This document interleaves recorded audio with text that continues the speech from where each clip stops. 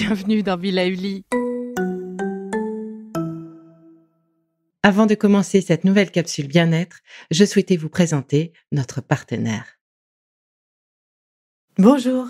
Ce mois de décembre est marqué pour beaucoup par les préparations culinaires, les retrouvailles familiales, la recherche de cadeaux pour les petits et les grands aussi. Pour suivre ce tempo, à ma façon, j'ai choisi de vous faire découvrir les recettes traditionnelles de quelques pays. Un petit tour du monde culinaire de cette période si particulière. Avec mes yeux d'enfant et de nutritionniste un peu gourmande, j'avoue, je vous propose une découverte de quelques plats typiques, accompagnés de quelques remarques, conseils et analyses, disons, nutritionnelles. Parce que le bien-être, c'est aussi dans l'assiette, et même avec des produits 100% plaisir. Mais si.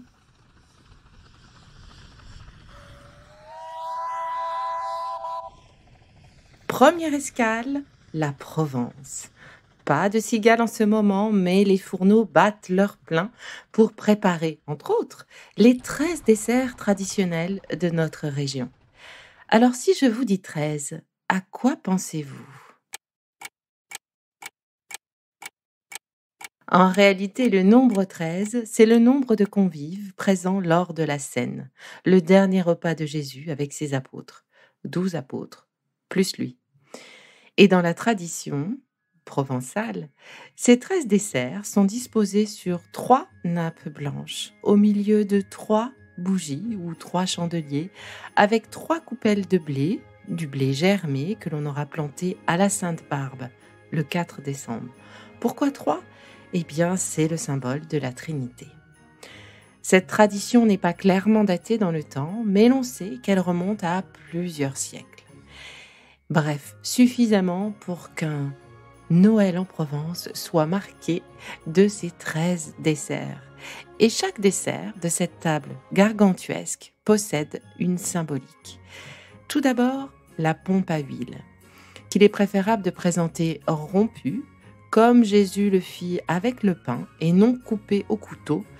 Et je crois que cette tradition, on doit l'appliquer également à tous les pains et baguettes tout au long de l'année. La pompe à huile est une sorte de gâteau peint à base de farine et d'huile d'olive.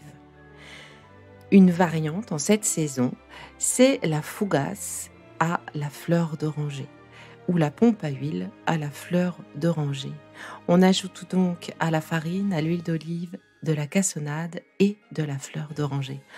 Un vrai régal, et d'ailleurs je vous en donne la recette à la fin de ce podcast. À côté de la pompe à huile, les fruits oléagineux, noix, noisettes, amandes, avec les figues fraîches et les raisins secs.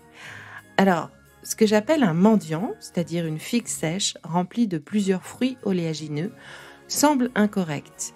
Il semblerait que les mendiants soient en fait chacun des fruits oléagineux cités, représentant ainsi les différentes robes des ordres, à savoir les noix ou noisettes pour l'ordre des Augustins, les amandes pour celui des Carmélites, les figues sèches, celui des Franciscains, les raisins secs, celui des Dominicains. Toujours est-il qu'un bon mendiant avec une figue sèche et des fruits oléagineux, c'est un vrai bonheur. Alors, sur cette table, on va retrouver également du nougat noir et du nougat blanc.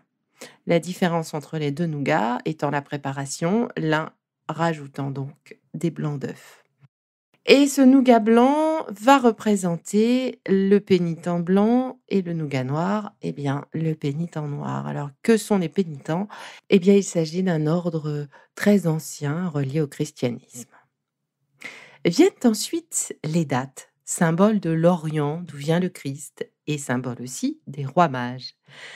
Nous pensons ensuite à disposer sur cette table des fruits de saison, tels que le melon d'eau, qui est un peu abandonné ces derniers temps, mais les raisins, les pommes, les poires, les oranges, symbole de richesse, les clémentines évidemment, et la pâte de coing. Ces 13 desserts sont dégustés traditionnellement au retour de la messe et ils vont rester sur la table pendant 3 jours qui suivent Noël, c'est-à-dire jusqu'au 27 décembre. Alors évidemment, on peut ajouter pour le plus grand bonheur des becs sucrés, et bien les autres desserts locaux comme la tourte de blette. Je vous en ai déjà parlé de cette tourte? Un vrai bonheur, je l'adore. Bon, sans oublier les fruits confits, les pâtes de fruits à base d'orange, de clémentine et autres fruits. Eh bien, avec tout ça, on a de quoi tenir face au blizzard et au froid extérieur. Bon, alors évidemment, dur de parler nutrition, hein, avec tous ces desserts. Eh bien, au risque de vous surprendre, eh bien, pas tant que ça. Alors oui, évidemment, on ne peut pas ignorer la quantité de sucre, cette décharge en sucre. Mais typiquement, une figue sèche remplie de fruits oléagineux, noisettes, noix, amandes, eh bien, c'est un très bon encas énergétique, certes, mais avec du sucre naturel, de l'énergie accompagnée de bons acides gras pour préserver notre peau du froid, bien mieux que des vulgaires bonbons. Idem pour la fougasse à la fleur d'oranger. Bien mieux qu'une viennoiserie, qu'un croissant ou encore pire, un pain au chocolat.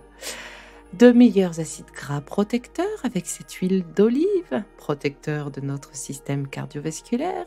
Cette douce fleur d'oranger sera parfaite en fin de journée pour nous apaiser. Et on peut même compléter ces quelques bouchées de fougasse à la fleur d'oranger avec un peu d'eau chaude dans laquelle on aura ajouté justement un peu de fleur d'oranger. C'est un breuvage sans calories, idéal pour se calmer avant de se coucher.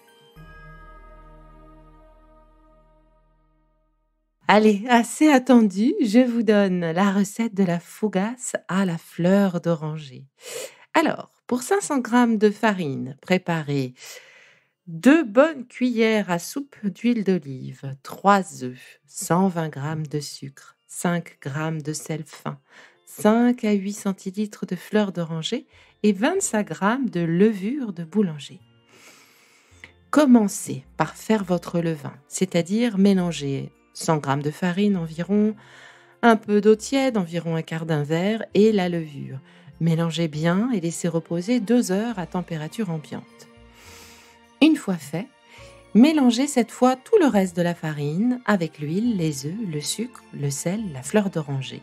Une fois que tout est mélangé, ajoutez le levain et pétrissez bien le tout. Laissez reposer une bonne heure. La pâte doit doubler de volume. Coupez cette pâte en 4 pâtons égaux et étalez-les sur une épaisseur de 5 cm environ en leur donnant une forme ovoïde. Faites 7 entailles avec un couteau sur ces formes ovoïdes en écartant un peu les entailles et les bords des entailles pour que la pâte ne se recolle pas à la cuisson. Enfournez le tout à 180 degrés et retirez vos fougasses quand elles sont légèrement dorées. Alors au besoin, vous pourrez les badigeonner d'un petit sirop réalisé avec un peu de fleur d'oranger et un peu de sucre pour accentuer encore cette saveur. Un régal, je vous dis. Bon, je vous laisse à vos fourneaux et moi je repars direction... Ah, non, c'est une surprise.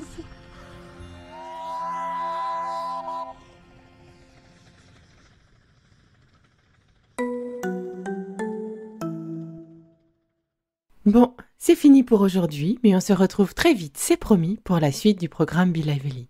Si ce que je fais vous plaît, continuez de le noter et abonnez-vous pour ne louper aucun de mes futurs programmes. Et entre chaque podcast, vous pouvez aussi me retrouver sur mon compte Instagram @BeLivelyLife parce que la vie se vaut d'être vibrante. Et en attendant la prochaine capsule, surtout, continuez de prendre soin de vous car c'est bon pour tout le monde.